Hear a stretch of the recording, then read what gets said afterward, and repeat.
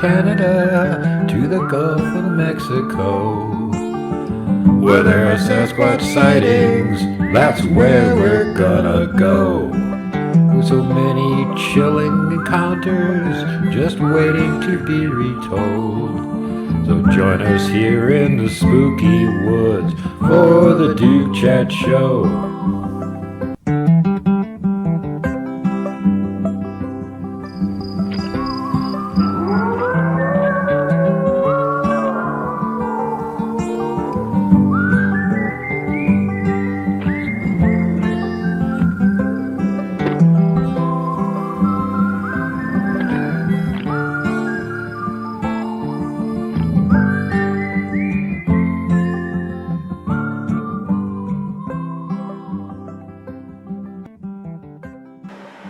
Yeah, so guess where I am right now? 3 guesses. Yeah, you got it. So I'm just the cameraman on this one.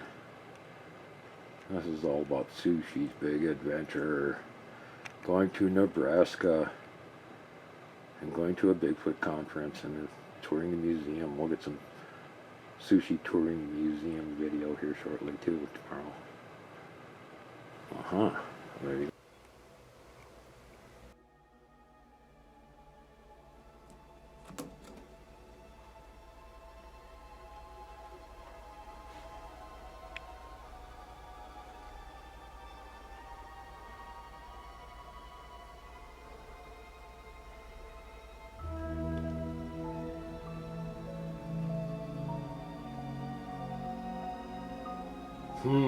How about that?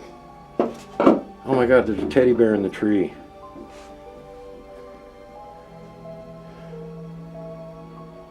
This is the new annex. There's Bigfoot hiding back there in the woods. This section's for Melba. Not done yet. In this area, not done yet. And that.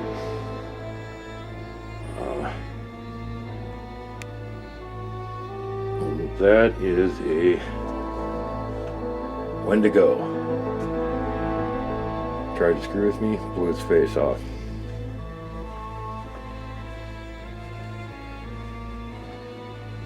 What do we got here? Nebraska Bigfoot Conference and Museum.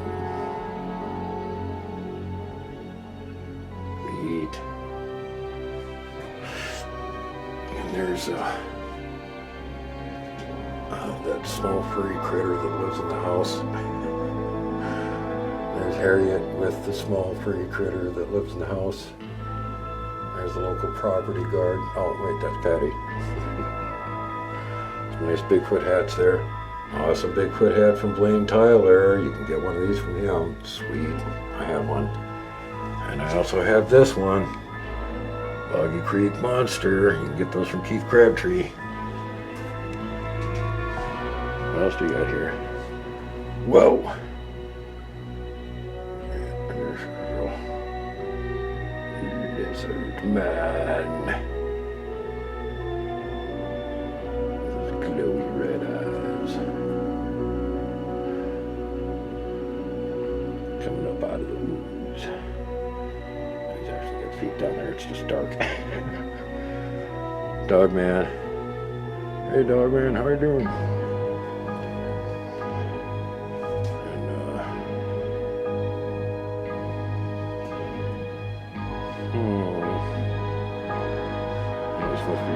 Presidential exhibit, whatever this is.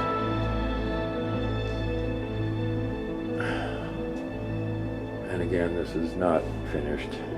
Working operation. There's where the movie theater screen is.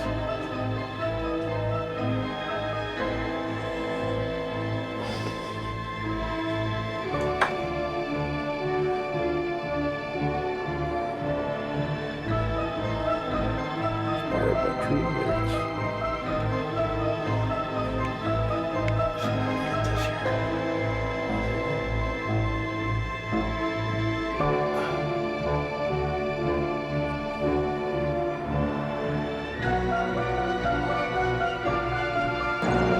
Yeah, bad weather. There's like tornadoes and stuff all around us. coming in. Road's getting flat. Here's where we're at. Aurora Cooperative Pavilion.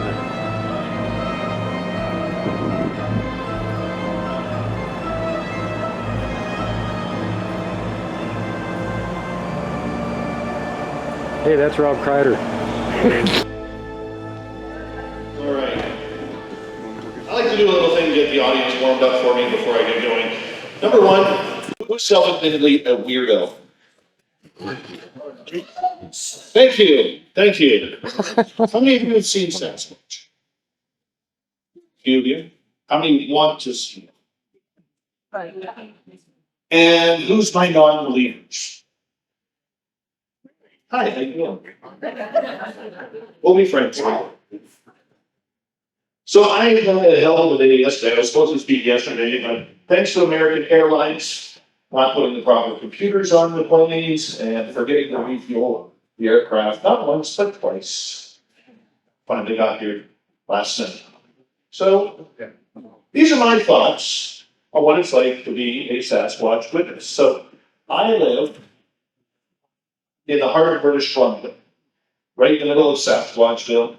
There's a lot of really cool sightings around. And yeah. So in the next 50 minutes, you will see me talk about my sightings and encounters, my thoughts on what Sasquatch is, talk about Luke Sullivan's amazing beard and hair combination. And if time is closing, I will be available for questions. Shameless plug. In case you want to find me, you might have 10 minutes of your day.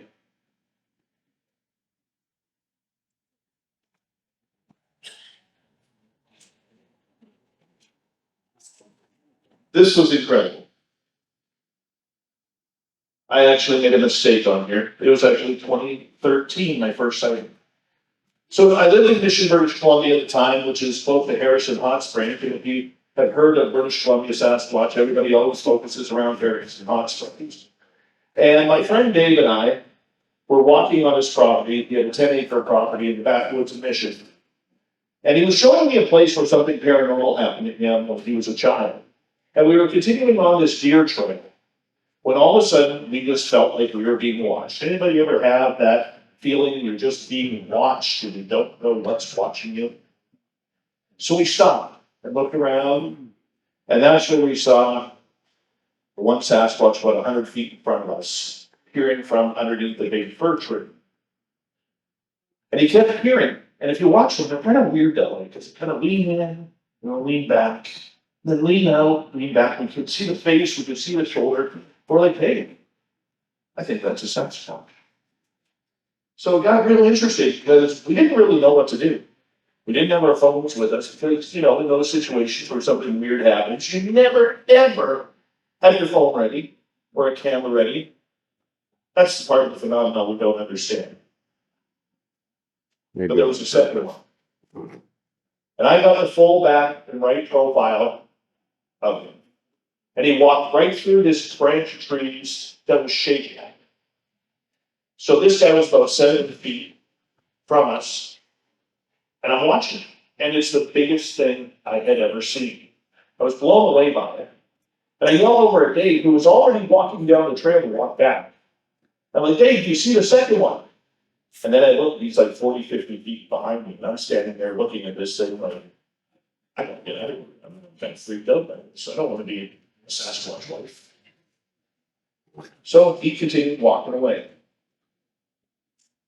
I moved up north to a little town called 100 Mile House, British Columbia, about 2015. And I happened to be at a conference in Washington State in October of that year. And talking to the Sasquatch researcher there.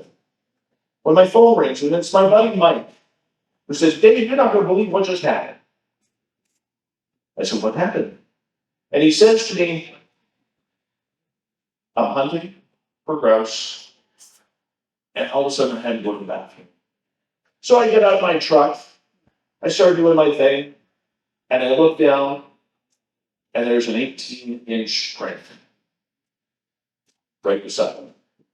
So you can kind of make out the dimensions. You probably can't see it better. You can see better up close. But in the middle there, that's a Canadian louis or a dollar coin, just to show, and the coin is an inch thick. So just to show the perspective, you let the toes on the side, the right side, and the heel on the left. Can everybody see that, or is it too shitty of a picture? I can see it. Okay, cool. So we started looking around the area. I got back into town a few days later. We started looking in the area. When about 200 feet away in the forest, we find out. Now, the funny part about this one is that track stayed there for a year because we went through a drought in our area that led to some major forest fires. And the ground dried up. My buddy Mark, who was an outdoorsman, you'll hear more about Mark in a little bit. My buddy Mark is one of these outdoors guys. He knows everything about every animal that's in the British Columbia forest. He's a wolf tracker, a mountain lion tracker. He's hunted for grizzly bears, black bears, 2,000-pound moose. And my buddy Mark never believed in Sasquatch. He said, I would have seen it. I've been out in the forest for 35 years. I would have seen it. Have we all heard that excuse before? Yes. Yes, we have. So, Mark kneels down beside this brink, and for 20 minutes, all he could say was, I don't believe it. What is this? I don't believe it. I said, welcome to the world of Sasquatch. This is where things get interesting for me. In 1965, in my area, there was a plane crash that killed 52 people, called Flight 21. Now, this is still Canada's largest unsolved mass murder because there was a bomb on board. The theory was a couple was in Vancouver going through divorce court. The husband didn't want to get divorced. The wife wanted a case. He put it in a briefcase, a bomb. And it blew up in my town, about 25 miles into the forest. So for people who don't know where I live, I am remote. I'm on top of the mountains of British Columbia. There's maybe 2,000 people who live where I live. And in 1965, there was even less people there. And the cool part about that was, Sorry, folks. Well, it's not Trying to really cool. readjust my hair here, so I keep holding this thing. But back in 1965, the trails weren't even cut into where the crash site was. It was fresh. So this is a plane crash, and that's the cockpit there that is still actually there today. But on October 2018, my best friend Merle, Mark again, and I decided to go out looking for some paranormal activity because Merle's really big into the paranormal. And after about an hour and a half of getting some data, I don't know, I'm not an investigator. I'm just an enthusiast. We decided to take this deer trail. And we walk back in this deer trail, and we come to this meadow. And there's a giant boulder about 4 feet tall, right in the middle of the meadow. And we're surrounded by trees, and our buddy Mark is there with an armed guard. Because there are certain areas in British Columbia you do not go without a gun. And being deep in the forest, when there's wolf packs, mountain lions, grizzly bears, black bears, moose, you don't want to be one of their victims. So we always go armed.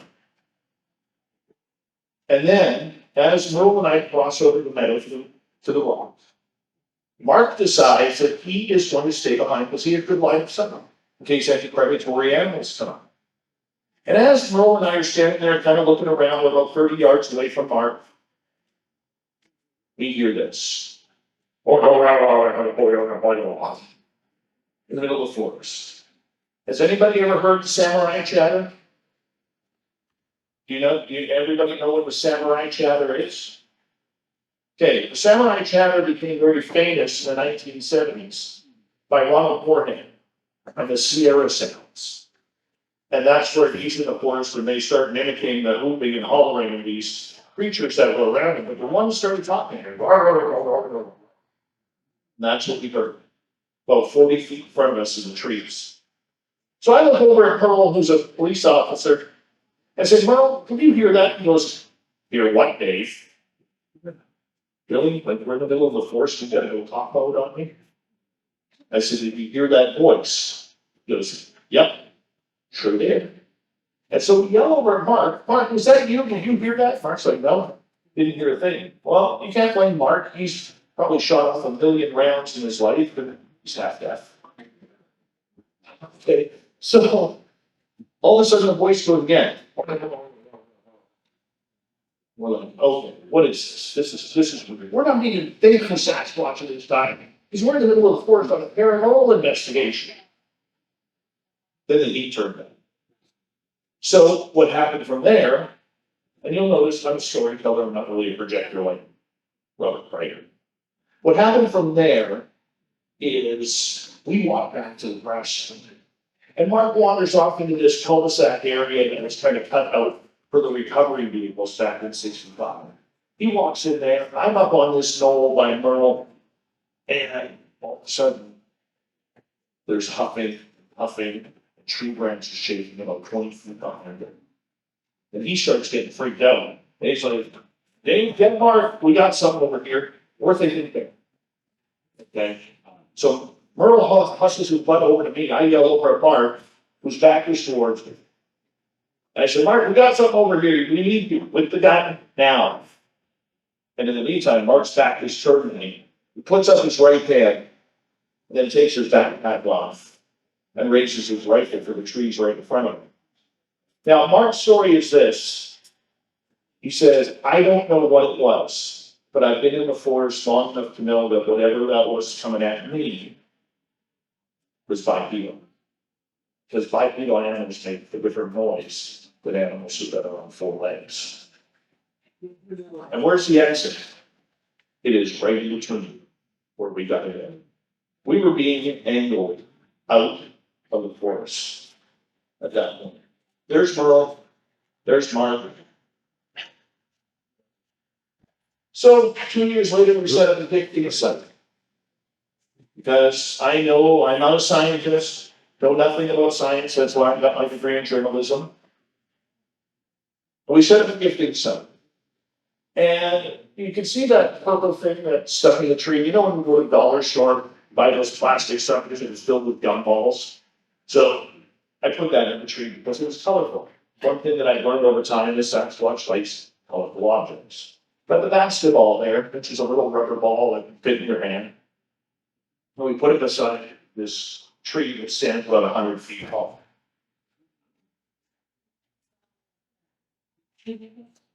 Mark Sauter decides to put an old, worn-out Canadian nickel on a log. We go back a week later. The nickel is gone. 1965 nickel vanished. Okay, what could it be? Ravens and crows, like bright objects. Cat rats, whatever. Maybe somebody walking through didn't see it, picked it off the log, whatever it may be. We could not find that nickel. Until my son says, hey, Dad, what's this coin doing on the ball? Now, the interesting part about it is, that's not a 1965 nickel. That is a 2019 nickel. Did we make a trade? Did a person put it there? I'm trying to be logical. Trying to be my own skeptic with logic. I'm thinking somebody put it there. But a good friend of mine named Dr. Bob McGuire, I call him Science Bob. He used to be in the CIA, used to be NRO, NSA, real alphabet agency kind of guy. And he also ran the Hume Center for Science and Mathematics at Virginia Tech University. He's got his name on 12, 20 satellites that he talked about up in space. Real smart guy. He says, Dave, you're missing the obvious when it comes to this stone. I said, what do you mean?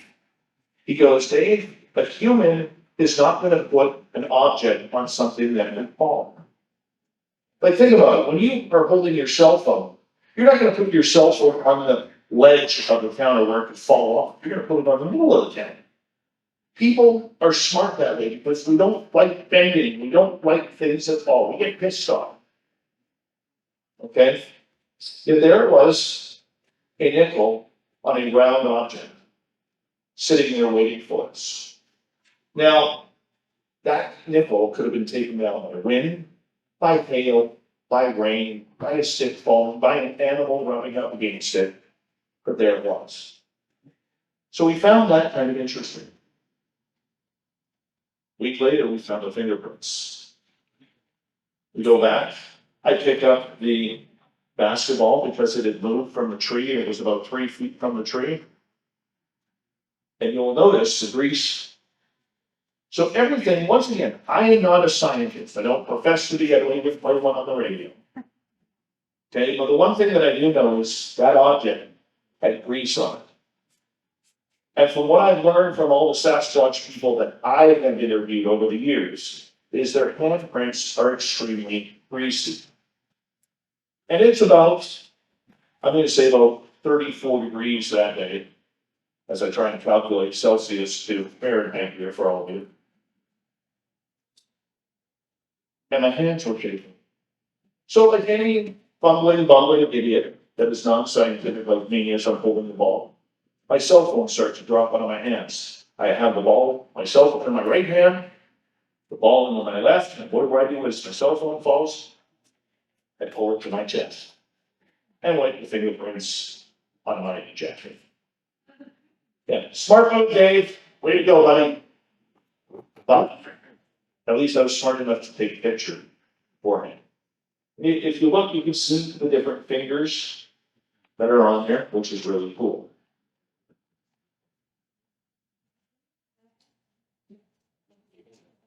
Fast forward to 2022. Decided to take a trip on Mother's Day weekend out into the forest. And as I'm driving around into this area where we usually find a lot of footprints of animals, come across 13-inch tracks. There was about 8 of them. Had to separate the human ones from the non-human ones. But this was the first time that I had actually found tracks on them. I was pretty proud of them, very giddy, thinking this is a kind of a cool moment. So there's my hand lock there, about size 9. You can see the track beside it, it's a little bit bigger. And as we started to explore the area, we started finding a bunch of X's in the trees. As an amateur, I'm told, look for those X's. But make sure that they are woven in the tree so that way you know that it's not something that has been actually fallen from nature. So we started finding the X's. We put up a gifting site there by this one. That was the first one we found. My buddy Paul there looks behind us as we're setting up the gifting site, and there's the second one, much smaller, about 40 feet away.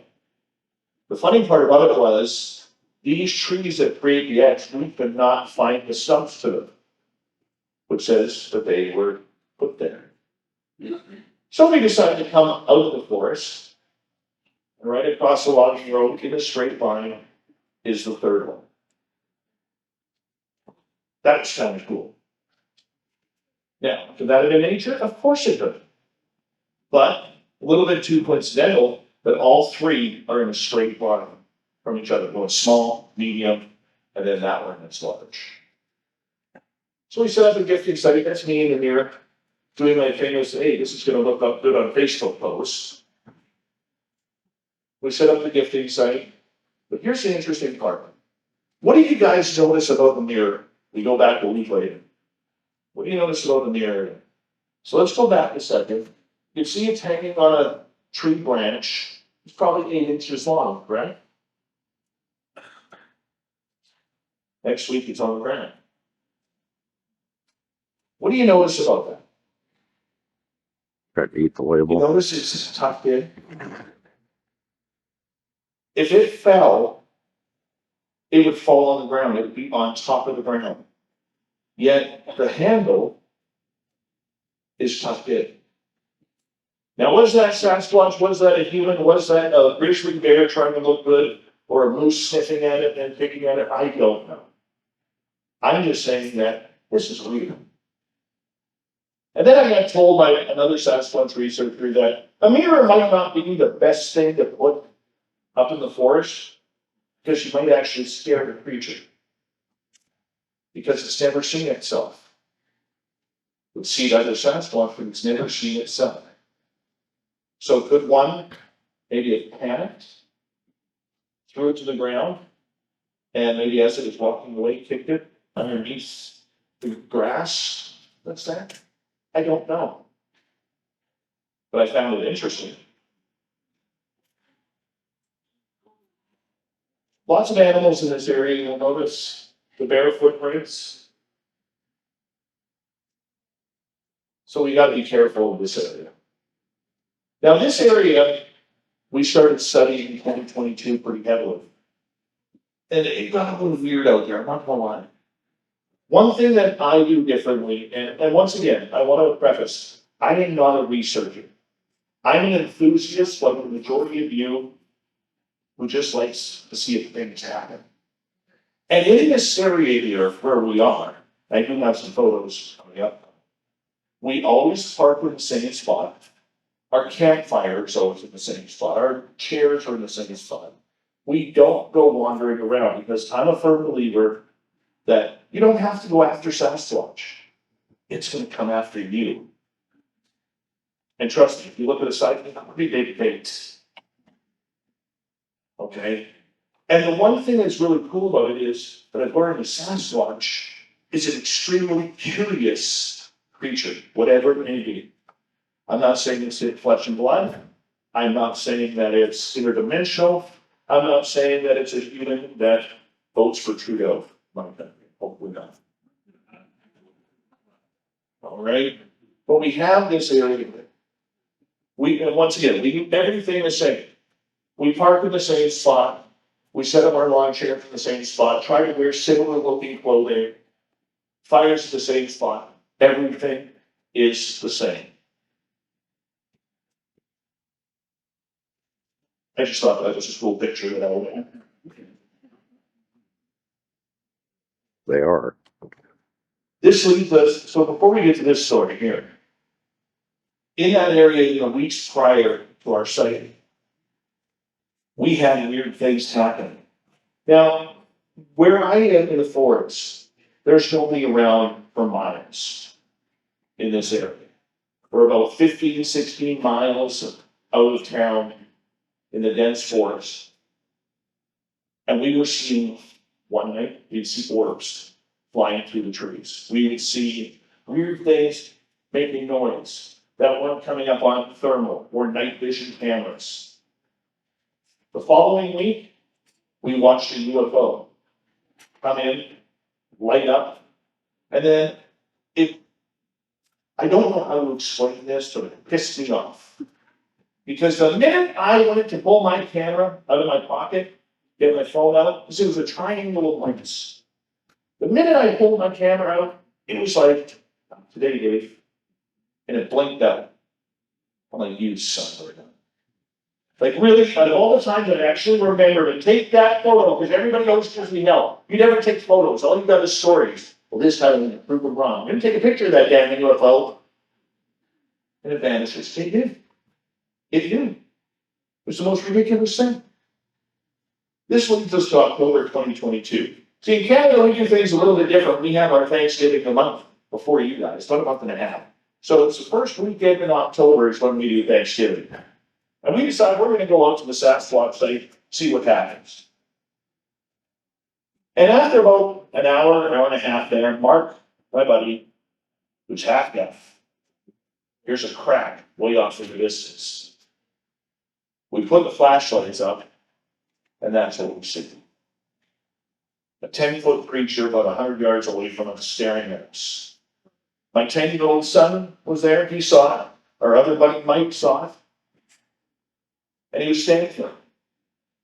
And then the debate comes to this. Do you walk up to it? Or do you not? Well, we stared. And then we were doing, the baby sex stuff. Yeah, we're getting closer. Literally, it was like that. So here we are staring at this.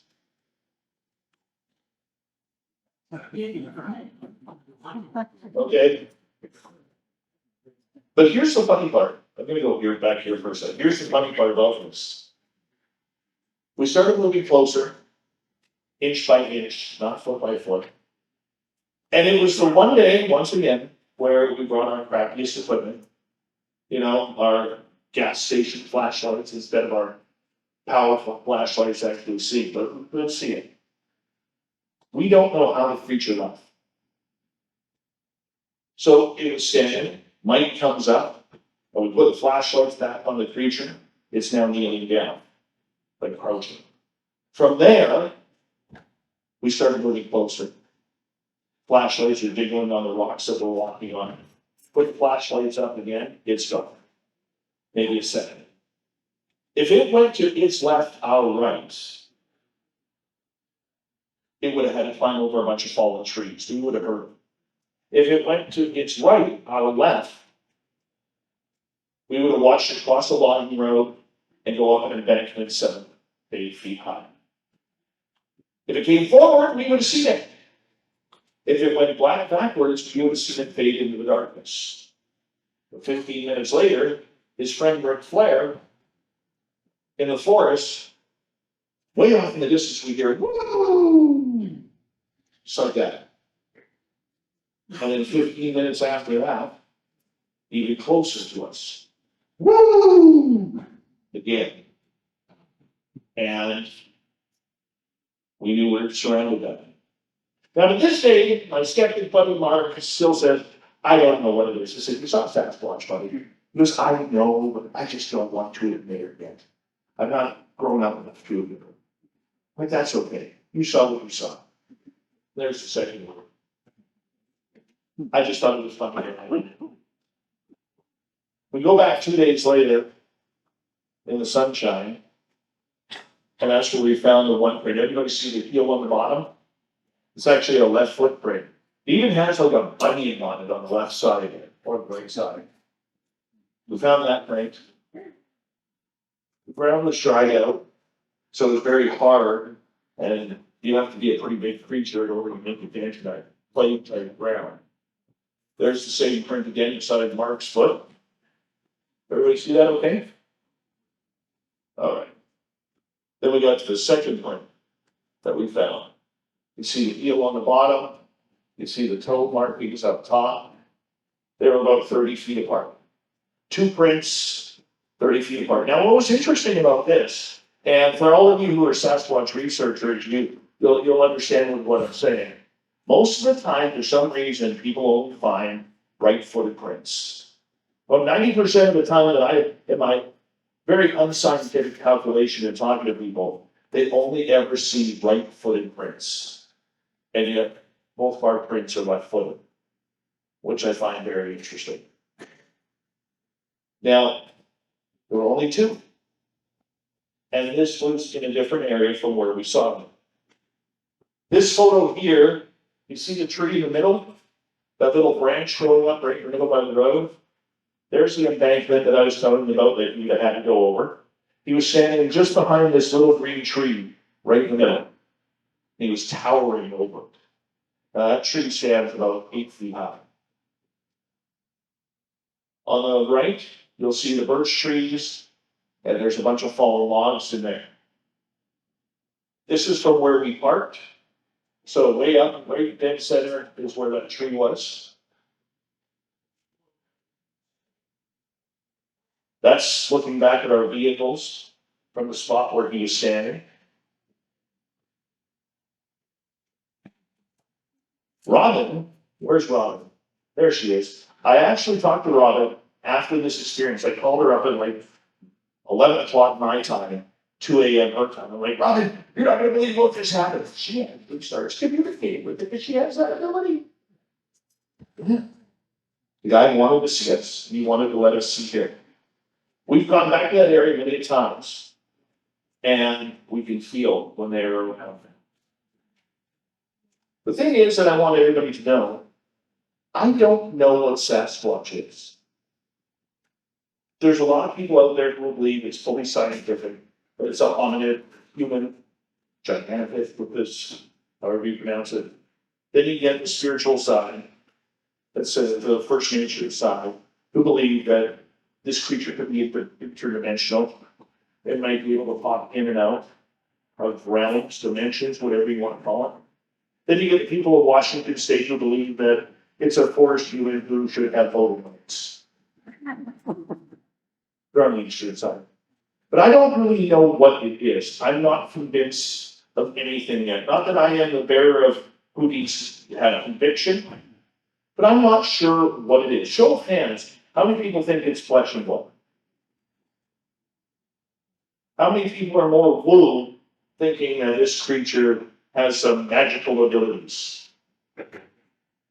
So it's about the same. It's about the same.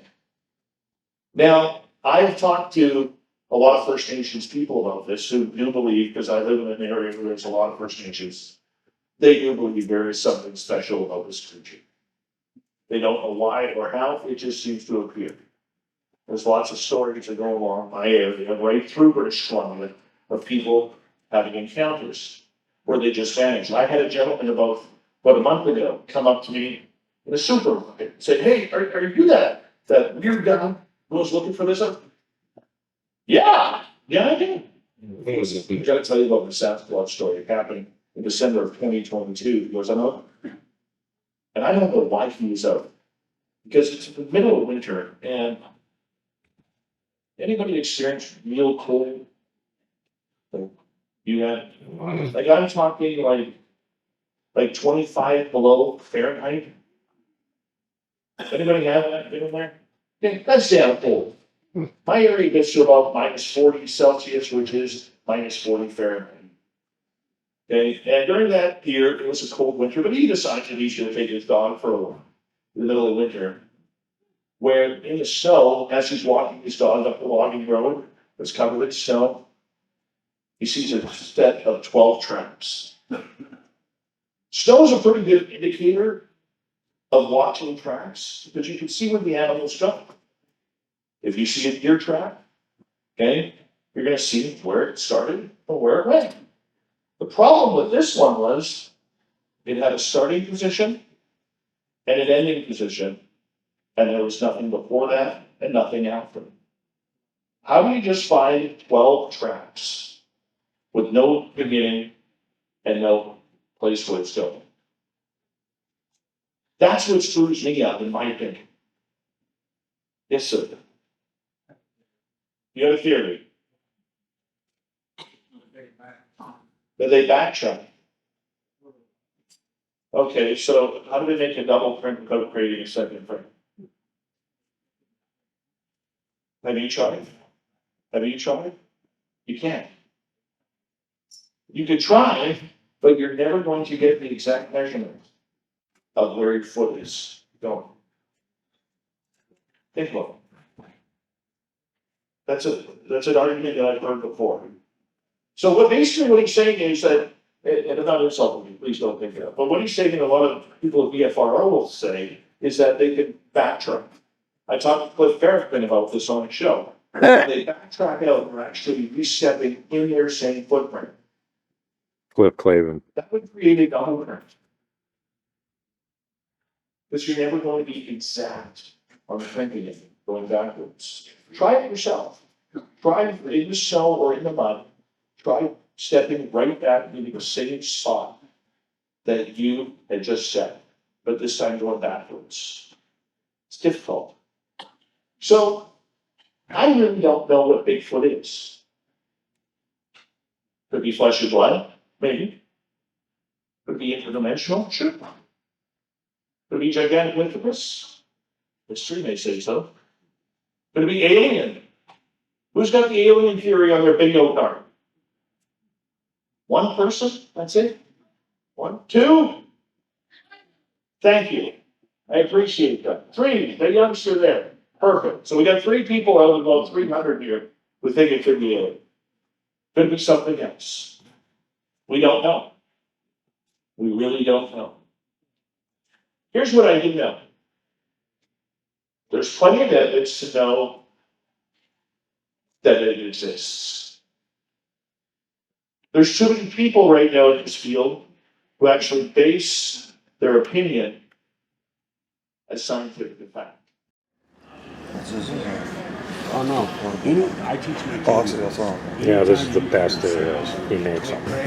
He makes them. Vocal, a grunt. Yep. Everybody wants to get their hands on one because it's this. You can hear a gnat fart from a mile away. Every time, well, I'm gonna say every time, not every time, but generally if it's He's got a really it'll good be one track over there. distractor. Because they always try to assess whatever the hell's in their environment. They just want to keep track of it. It's a nice track cast over there. Oh no, we do. And they're real in tune. They're not. Yeah. And all of his Crider tactical gear all over the place here. And his beautiful girlfriend, there she is. We question that. Is it fake? There's some cool stuff here. So can you manipulate Cute. thermal or LiDAR data? I would say that I don't really know for sure, but I would say that you could, you could probably manipulate. Now they hang on, quit pretending you don't. Don't put your tail in my mouth. You could take your kid, little kid, put it on your shoulders and walk through the woods with a thermal. And Yeah, you look tons like of cool swag here. Yeah, I think it's possible. I don't know if they would do that. That's my favorite. Right there. Oh, yeah. They literally do think that. Oh, I thought you were getting away, huh?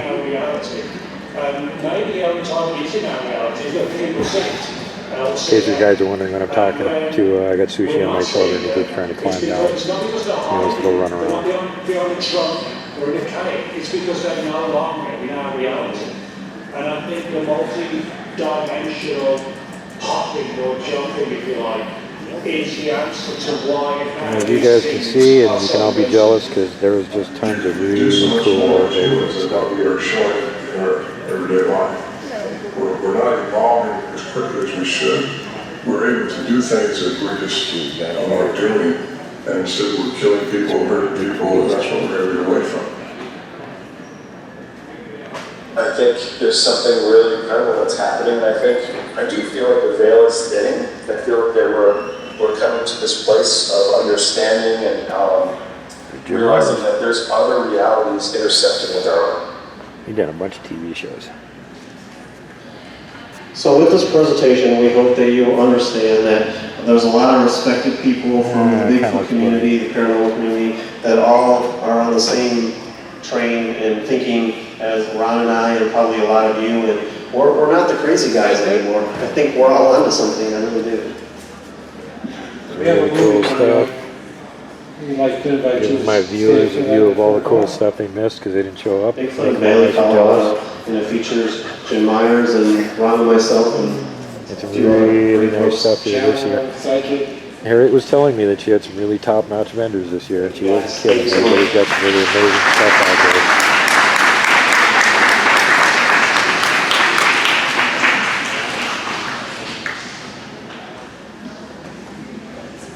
Robin got you that sketch you wanted last year, right? Yes, it's in the movie.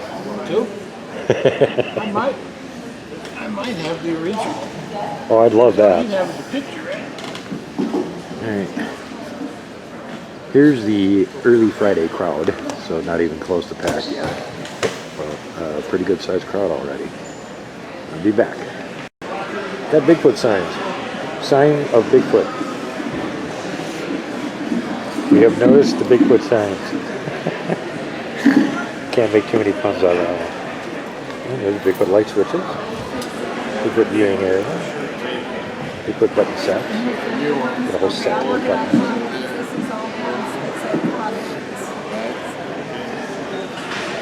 Bigfoot hunting permit. No, that's bad.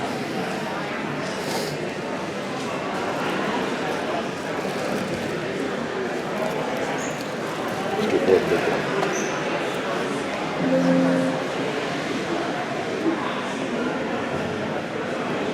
Bigfoot and Elvis. Skateboard and Bigfoot.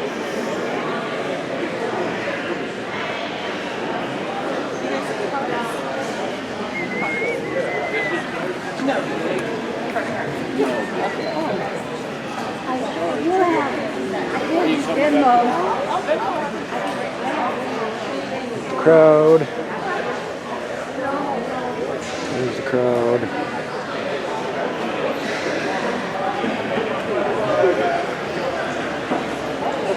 You're on camera.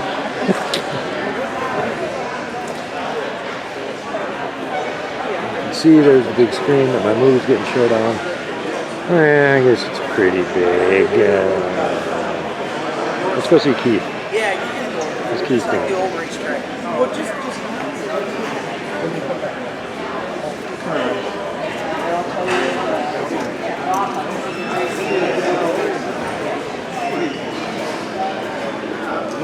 Hey, it's that famous guy. Yeah, Say hi to the crowd, Keith. what crowd?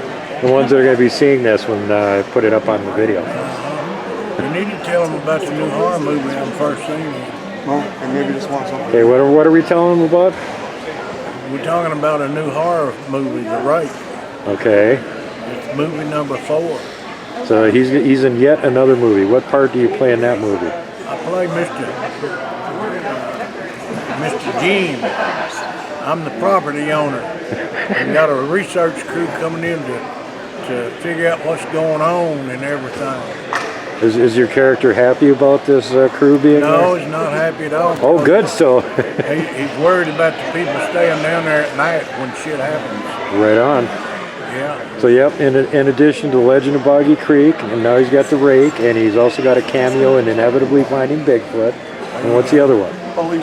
The next one is going to be another horror movie, and it'll probably be Bigfoot orientated. It'll probably be about Dogman. Oh, cool. We need more Dogman movies. Yeah, I'm going to talk to the producer director and see if he can't get something going on with Dogman. And I think we'll call it the title probably be Dogman of Arkansas. Sweet. Well, good. I was hoping you wouldn't call it The Legend of Doggy Creek or something. Yeah, I didn't think about that, but there's too many people that might change that doggy something to something else. So they're not going The Legend of Doggy Style Creek, is that what it is? yeah, there's some dogs down there, all right, but I ain't going into that. All right. Well, there you go. Keith's awesome stand here. And for all you guys that missed it, here's the incredibly cool swag that he's got here that you're unfortunately missing out on. Look, you get a license plate there, too. We saw some Bigfoot signs over there. They said Bigfoot Boulevard. Yeah, I got one in there. Oh, you got all kinds of stuff here. There's Christy's footprint. That's been on my show before. The Boggy Creek Hog Monster, and I've got that hat. And then we got a Beam Me Up shirt Hello, here. lizard. Why don't you take him for a second? Yeah, I certainly will. Come here, lizard. You're going to be a silly boy. And more Boggy Creek shirts. Oh my God, it's one of the stars of Inevitably Finding Bigfoot right there, handing out shirts. Holy bleep, it's Christy Sci-Fi. And her mini squad. Sidekick. My sidekick. Her son, That's Harry. Harry. Little Harry. All right, well, I'm giving everybody kind of a view of what kind of swag sales were going on here this year that they missed. And there's the selection of all the Keith shirts all hung up so you can see them. Huh? It's chilly. A little cold. Oh my God, it's Harriet McFeely. Here, let me. She's the one that runs this whole operation. Very important, yes. Yeah. Did you bring your friend? Yeah, Where is he? right there. So did you mention to anyone that there's no power out in that building? No, I didn't. And So where am I going to be sleeping tonight because there's no power in that building? I know.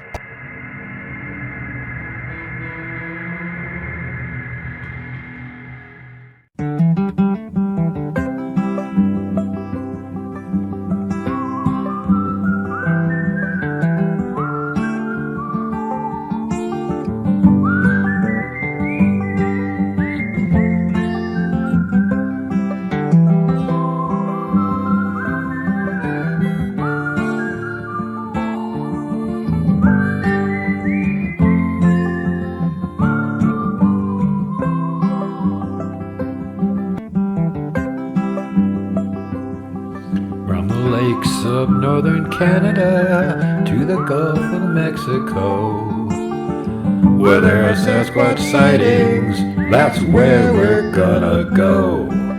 With so many chilling encounters just waiting to be retold. So join us here in the spooky woods for the Duke Chat Show.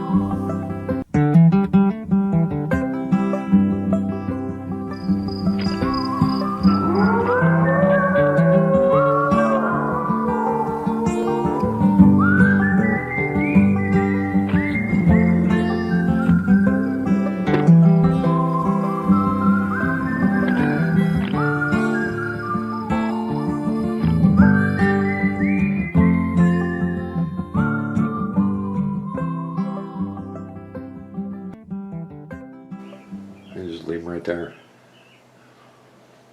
Yeah, but behind there it says T-Rex. Oh, and guess what? When I went to church, that gas station that's right down there, this truck pulled in and it had a flatbed trailer, and it had two life-size replicas of dinosaurs on it. Wow. And they're still sitting there. Speaking of life-size replicas of dinosaurs, Yeah. so here's the chapel that I've been staying in. And a couple nights ago, someone running past here. There's a red glow right up about that high. Either was an orb or maybe a Bigfoot's eye glow. But we've been getting downpours non-stop here. And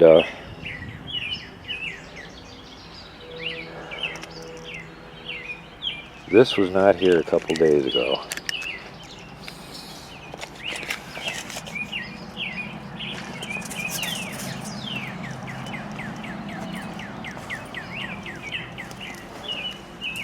You see that? The way that's ridged up? Come on, stupid tape measure. Had a big ridge on this side. It's like something really heavy stepped there and displaced it. And we're looking at, there's front of the track to the back of the track.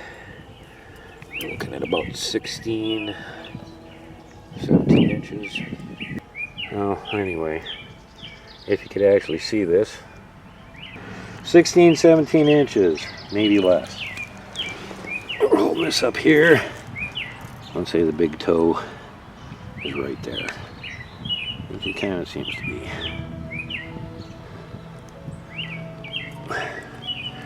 That still gives us a length of about 17 inches, so let's say it's really, really short. It's only still 14 inches. That's bigger than a human foot.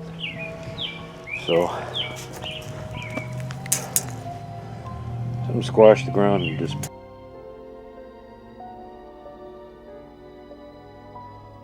placed a bunch of it.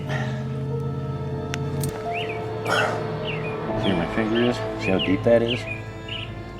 Something pushed a lot of ground out of the way when it stepped there.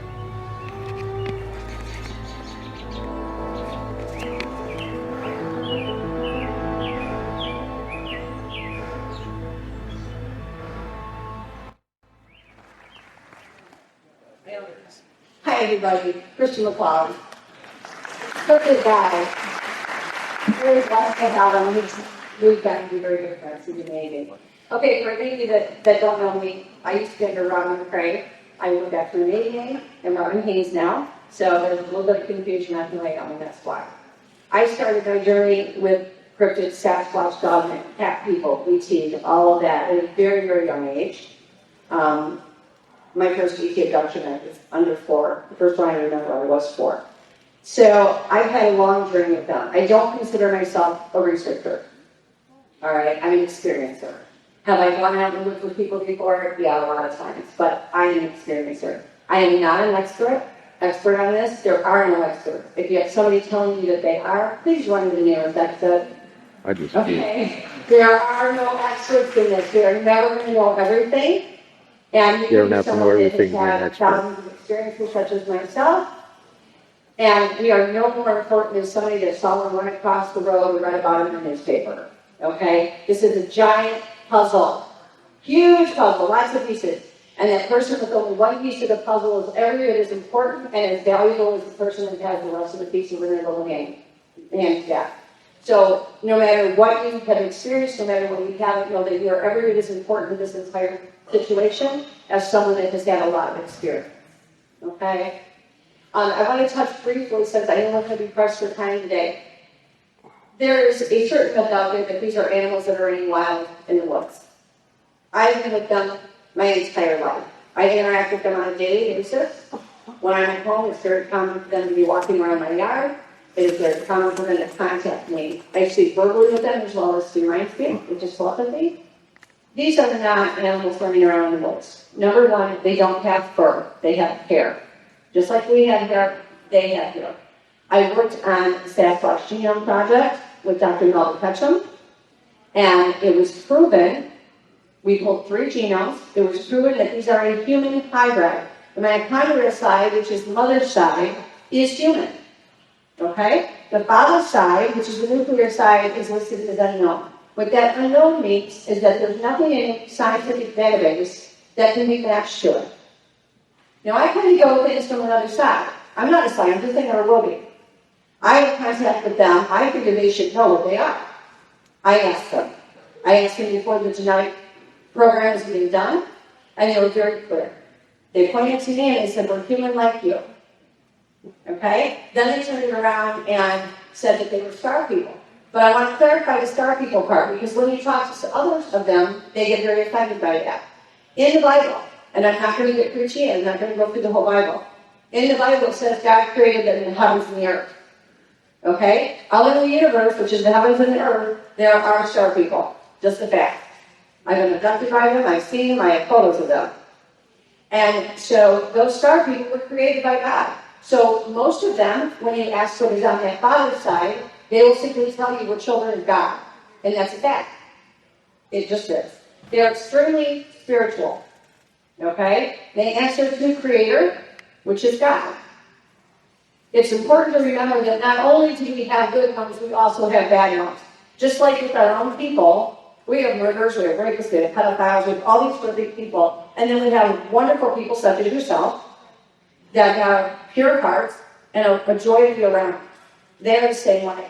They are a much higher frequency and energy being than what we are. Okay? So because that energy frequency is higher, their emotions are deeper. They love deeper, they hate deeper, they get pissed off worse. And so all those emotions are heightened. When you work with them and you feel the love from them, I have yet to find anybody that can get that love that they project onto you and not cry. I don't care how many times you get it, it's that emotional because it's that deep. So they can be absolutely tremendous. But also understand, as I said, with our people, we have good and bad, so do they.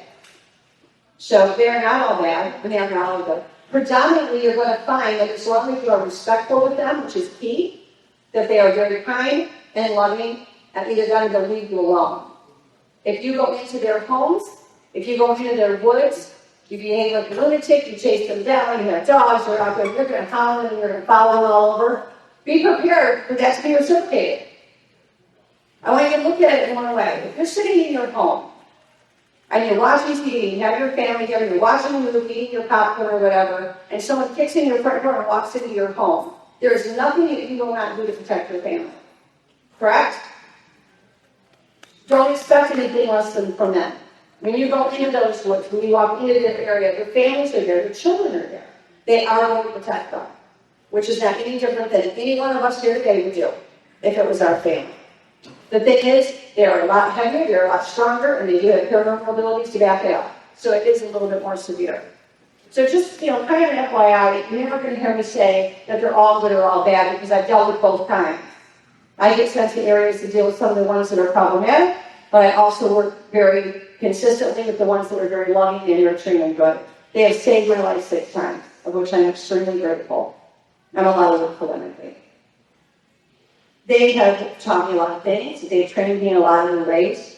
They've taught me about their culture, their ways of life. The things that are important to them that our people should know, they are not monsters. They're not going to be a monster. They're not. They're a type of people. They are not our type of people, but that doesn't change the fact that they are a type of people. Okay? They have a different culture. They have a different way of life. They can speak their own language. They can speak our language. I did a scientific conference in Siberia in Russia many years ago, I think it was like 2011 or 12. The ones there would speak to me in Russian. And I immediately would say, okay, I can really speak English, can't do the whole Russian thing. And they had no problem switching it over to English so I could communicate with them. But they do have their own language. Rhino has got the Sierra sound, cannot be in my book as far as getting captured their language and them speaking. It's just phenomenal. I encourage anybody that can get hold of a copy of the CD to listen to it. Even Google it. Look on YouTube and see if there's any. I think there is some of Ron's stuff on there. And it's phenomenal. But these are basically, for the most part, very loving and caring people. When you go out and you work with them, as I do on a daily basis, there's days that I don't go out there and then they come up to the house and they see heads looking in the window or knocking on the window. It's respect. They already must be pretty more respecting than we ask. They really are. Be kind. They know your intent before you even can verbalize it. They're excessively telepathic and excessively intuitive. Like I said, they do have paranormal abilities. And it's the fact. I know it's hard and it takes everybody out of their comfort zone, but it's still the truth. There's been a lot said about the cloaking. And that confuses a lot of people because it's like, there's no way they think it's Spanish. All right? I want you to understand how that's done. They do that because they raise their frequency and they raise their energy. When it gets to a certain level, they can do two things. They can shimmer, which makes it look like the predator effect. Like yesterday, we saw a wonderful video that had Barb Schuth in it, and that Joe and Brett provided from the movie that was tremendous. And you see like this gel predator effect of them walking across. That's called a shimmer. Okay, then they can do what's called a cloak, and that's completely cloaked. And just to put it in perspective, if anybody's ever seen a hummingbird at a bird feeder, you see the body, you don't see those wings. You don't see the wings because the frequency, that vibration, is so fast moving that our eyes in the spectrum of that 3D spectrum cannot pick it up. That doesn't mean it's not happening. It just means that you don't see the wings because the movement is so heavy. That's what they do. If you ask them directly, they'll tell you they've done the light. And then you say, well, how have you done the light? And they'll tell you they lose their frequency and vibration and their energy, and that's how they do it. So yes, they do it. It is a little bit outside of the realm for a lot of people to understand, but it does happen. I've actually been out in the woods with them when they were in physical form, walking from here to there and having a cloak. It's very disconcerting. You see something in a physical form and all of a sudden it's not there, but you see footprints being made. Okay. I've done a lot of things with them. They used to, at one point in time, they would come up on my bedroom window at 2 o'clock in the morning, tap, tap, tap on my window. And I would be that crazy woman that would go outside without a flashlight in her pajamas, and I would go out, sit on a log in the woods, and they would walk in a circle around me, and they'd chat, and they'd talk, and I would interact with them for a long time during the night. And if I fell asleep, they would go in their kids' bedroom windows and do the tap, tap, tap, and their kids would come get me and say, will you please just go outside with them so we can sleep real slow, Mark? And this went on for years. As I moved to various homes, not the entire clans, but a few of the members would show up there from time to time, and then the clans that were in the areas I would move to would show up as well. I'm currently in South Carolina, moving to Texas. I have 3 or 4 clans that are in South Carolina. 6 individuals came from Michigan, where I was born and raised. So they do transfer all over. They will follow you once they're attached to you. They're pretty much looking for life. Okay? Why do you like me? I don't know. I get asked that a lot. But I've worked with them since I was a kid. And I cherish every minute of it. I work with them, I work with the dog, and I work with the cat people. I've had the DTs, I have pictures of Lizard Man. I even forgot to put the pictures up. You guys, I'm so sorry. These, oh my God. I normally don't have the pictures up, so I forgot. So you can see just their babies up there, and it's not a great picture. On that, and there's the shadow of one. These are all taken at my home and in my backyard, just so everybody knows where they're taken at. It's not like it's a super secret location or hotspot, it's just in my home. There's one here. Her name is Matilda. She's peeking out around the tree.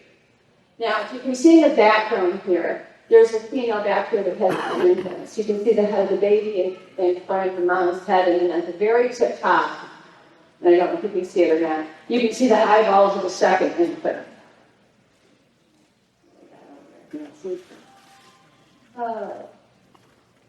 Yeah, and these were taken by my friend Chris Chastain. He took these at his area. You can see the face of one with the arrow. This is a dog over here.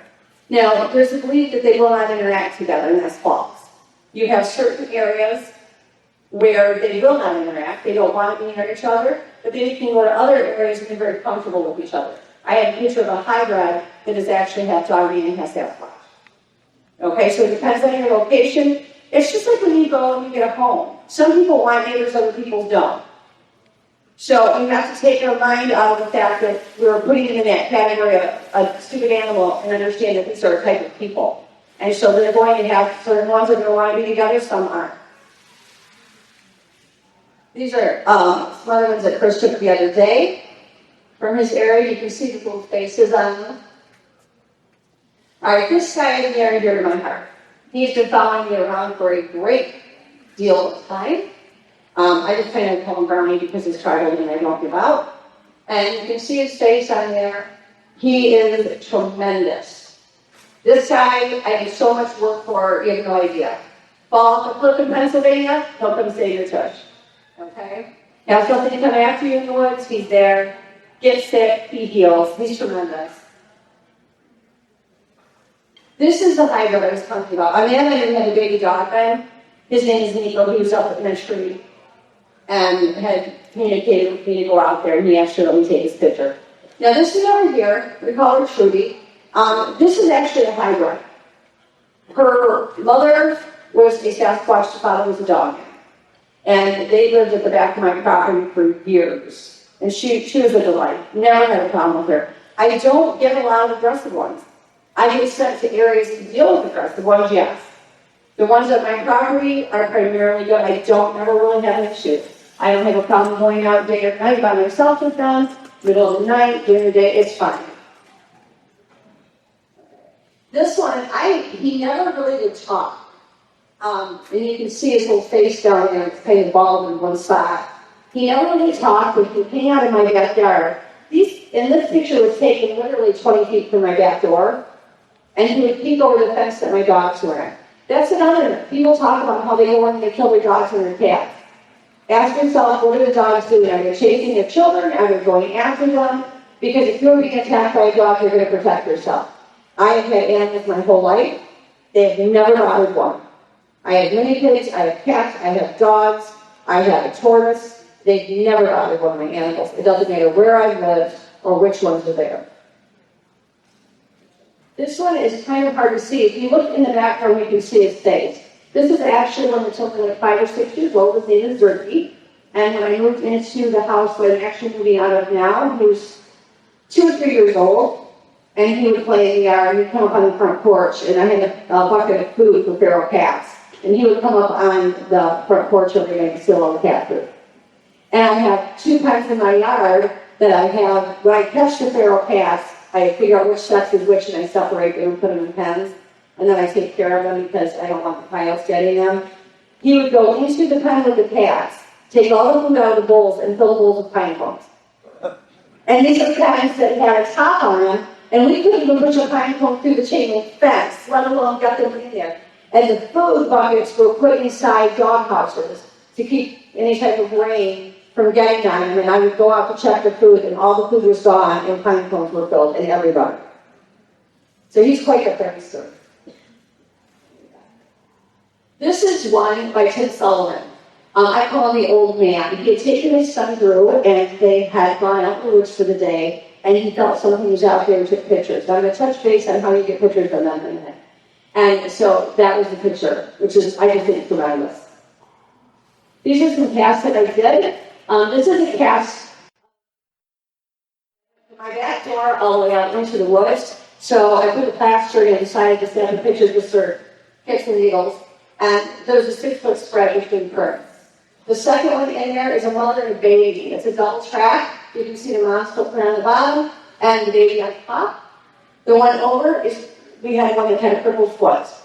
And that's why you see such a curvature in it. It's the minute that they're all got the broken arches. We have some with a lot of severe foot deformities, we have some that are flat-footed. So, you know, you have to kind of learn how to read whether or not that's actually a footprint, because they are not all the same. On the very end was the first print I ever took a cast of. It was of an infant. It was 9 inches long and 4.5 inches wide. And that's my son Joshua up there. He's just showing the footprints from Michigan. There was a 5.5 foot stride between tracks. Okay. These are some stick structures. The two over there are lines that they did hang on the tree. The bottom you can see is a teddy bear.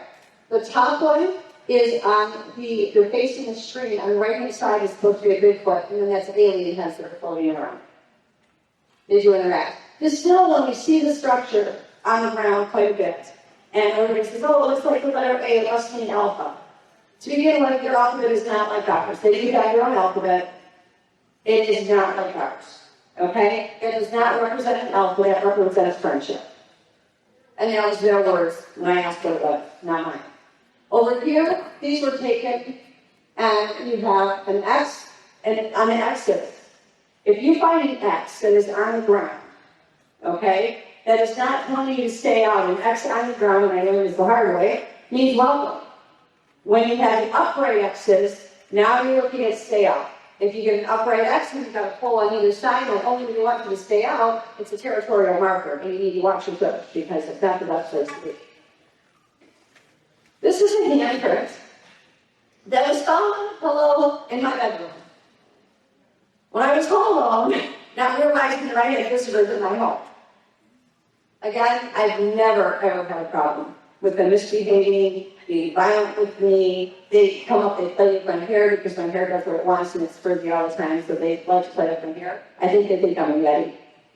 These are fingerprints that I had just gone to my Jeep, gotten pet food, filled a whole bath that I had an animal rescue at the time, so I had been donating a lot of food. We stopped at a restaurant to eat. I came out and the handprints were all over my car because they were out in the parking lot trying to get the pet food out of the car. So when I tell you that they go everywhere I go, they literally do. These are taken out of Colorado. These were done by Tim Sullivan. He got some exceptional stick structures. I just love these. I had to bring them up for you guys to see because I think they're fantastic. Colorado, they get some of the best ones. Ohio's, I mean, there's stick structures everywhere, guys, but these are some really good ones. Montana. Okay, this is my Shetland pony. He's no longer with us because he was almost 30 years old. But at the time when he was alive, they played with this pony like we would not believe. And he would not be kept in a pen. He would run through hot wire, he would climb fences, he would tear down fences. We had him on a 250-foot boat roll so that he could get out and graze, and he was quite happy. He thought he was loose even when he wasn't. It became a game of Where's Waldo.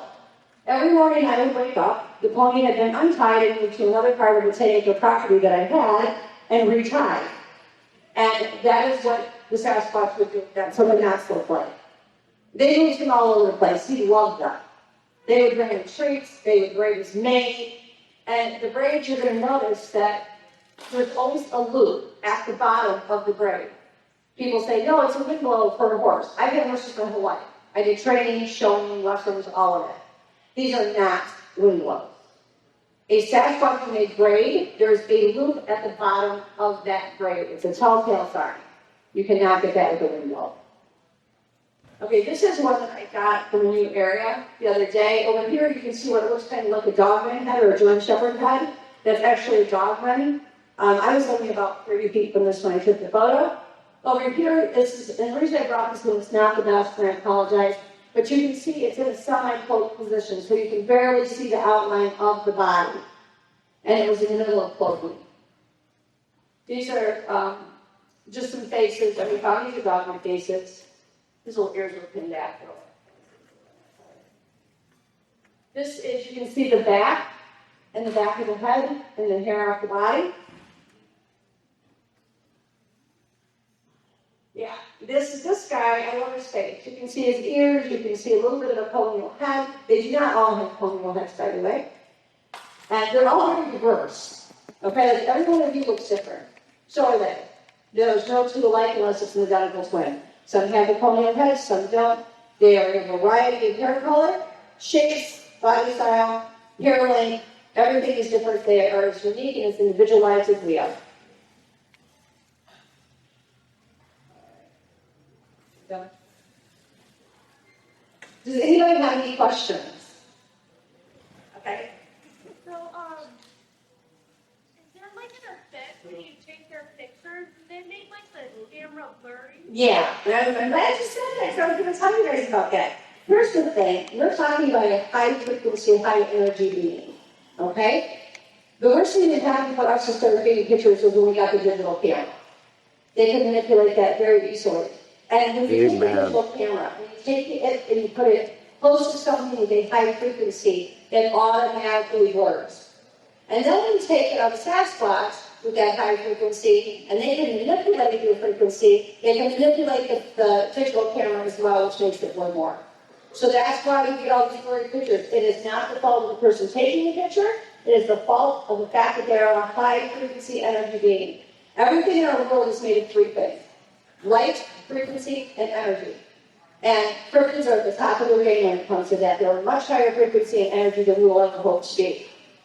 Should you want pictures? Okay, there are so many other times they're out there in your cloak and you feel like you're being watched but you can't find anything. Take random pictures. Just go outside and take random pictures. If you look into the center of your camera lens, they will be blurred every single time. If you do see one in physical form, get them off center. Get them on the edge of that photo. It's harder for it to be manipulated. It's harder for it to be blurred. But if you go out and take random photos, just random, stand in a circle and go like this and flip it all around. And then take your camera and go through those pictures and enlarge it. And a lot of times you'll find them in there.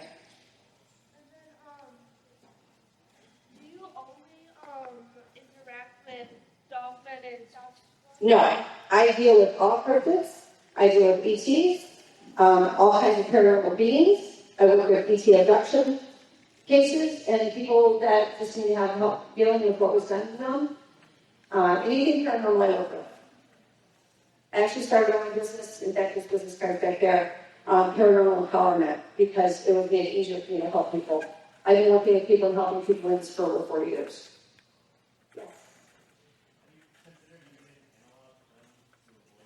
You know, it would be a good idea. I haven't per se myself. I don't really worry about it. In spite of the fact that I have photos, I don't really worry about it. I really don't. I don't have to have it proven to me. I can simply walk in my backyard and say, hey guys, and I've got the proof there. I've had so many times other researchers or, people that aren't very familiar with it will say, oh, she's probably making it up. I don't care if anybody thinks I'm making it up. I really don't. And I don't mean that in a very mean-spirited way at all. Well, people might think I'm making it up. They're at home and they're not interacting with them, and I just walk in the woods and I do. So I'm good with that. When I lay my head down at night, God knows I haven't lied about anything. I'm happy to take a polygraph test. So I don't worry about the photos. If I happen to get them, I think it's great because other people enjoy them. I don't need the proof anymore because I live it daily. Yes? Now, Robin, do you have any video of them actually moving? Do you know, I've never tried to take the videos of them, yes. I do have UFO videos, like we'll stand in my front porch and UFOs are all around, so I have those. I have not really tried to do the videotape. When I see them, and I've seen hundreds of them, but it's so exciting. Every single time is like the first time, every time you see them. So a lot of times, I just don't even try, and then it comes down to respect. They believe in the Native American traditions, so for them, the camera lens steals their soul. That's why they don't want the photos taken very often. Although, like myself and my dear friend Christy Sci-Fi at the very back there, when we take pictures, and Christy and I do get pictures quite often, we ask permission. We're in your area, we want to be friends. Are you okay if I take this photo? And then they go and take the random photos, and if they're out, they pop up. Christy's one of the few people that has interaction with them that, as myself, we know the truth. She's at the back lady. We know the truth. We interact with him every day. We can get to him anytime we need to. So we don't fight so much through those photos. Could you explain the half dogman, half Sasquatch a little more? Sure. Yeah, this is a common thing. I'm also working on a cryptogenome project right now, so we're going to have the dog and DNA out shortly for you. But there are some things in there that are genetically matched. And I guess I can leave it at that. And so because of that genetic connection, they can interbreed. Now, as I said before, you have certain areas where the dog and the Sasquatch will not share territory. You have certain areas where they're fine side by side. And then you have other areas such as the one that I had in Michigan where they just kind of all mingled, and that's where Trudy was born at. So they're not just their own separate genome. No, they are the things who have a connection. And I would be more than happy to tell you that connection, but we don't have the test results out yet, and I don't want to do that to our project.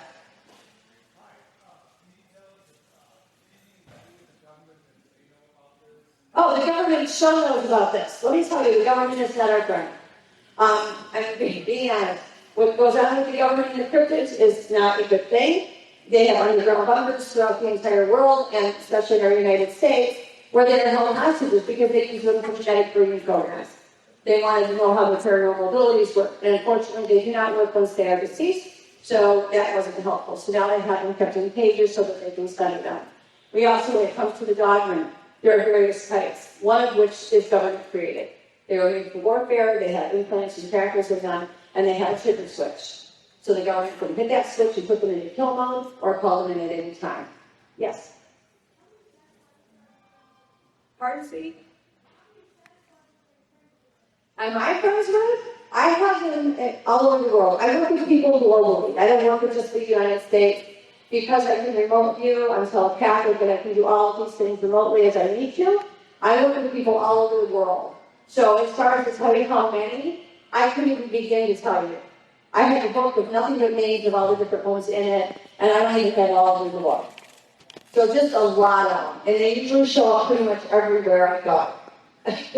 Yes? It might. However, I have certain people that, and it's nothing against anybody, I'm excessively protective.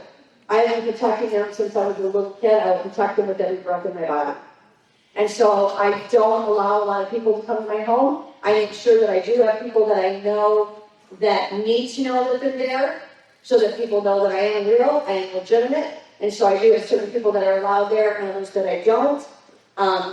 Like I said, Christy and I, of course, we work together constantly. I would be comfortable having Christian come there. Or any of our speakers today, I would be very comfortable inviting them to my home to be able to interact with them and feel comfortable that they would be safe. But because we have so many people that would rather kill them, because our people like to kill what we don't understand, I am very, very excessively protective. I will say this, that when my kids were growing up and their friends came over, all their friends found out that my children's mom played a Bigfoot. And all my kids were raised among them, as far as that goes. They are very comfortable knowing they exist. They have chosen, thankfully, to step away from the limelight with that. You know, I saw some of my kids that interact with them, but they stay away from it. I've gone through a lot for this cause and for them. I have been kidnapped attempts so that they put me in a cage. They would be able to try to bag Bigfoot. I've had government interference. I've had bank accounts frozen. I've had my brakes cut. I've had luggage taken out of my car. I've had ET show up on my door and threaten me. I've had government follow me and file captures. Not a life I want passed on to my children. Is it a life I would do again? Absolutely. In a heartbeat, I will always protect them. Yes.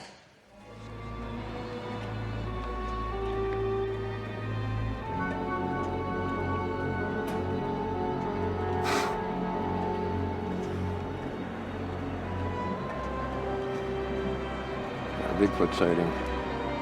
Right in the parking lot. Let's go find that zipper.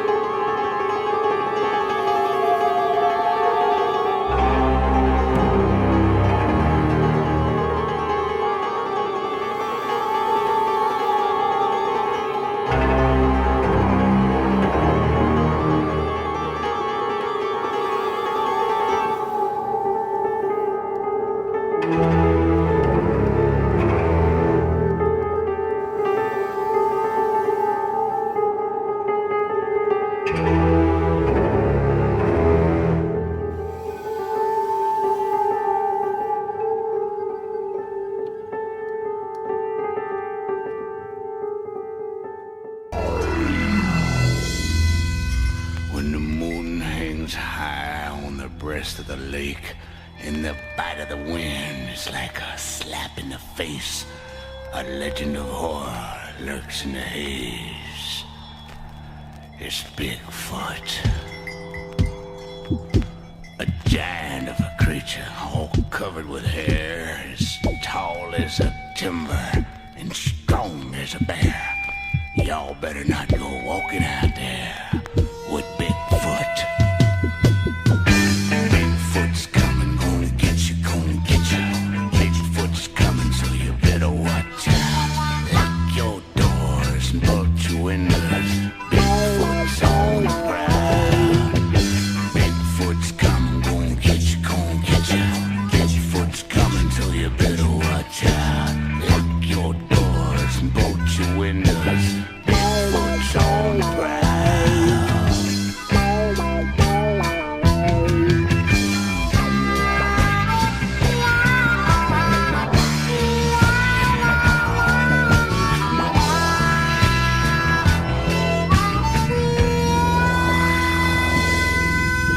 For hundreds of years, this legend has grown about this big hairy man that walks all alone.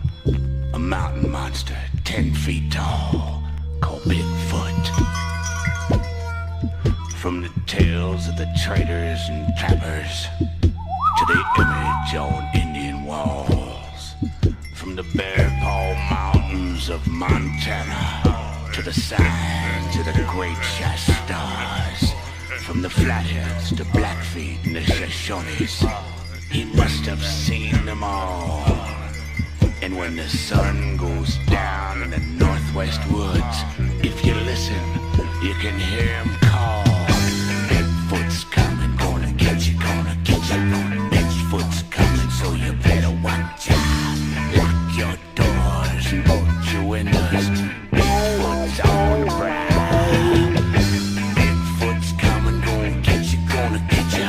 Bigfoot's coming, so you better watch out. Lock your doors and bolt your windows.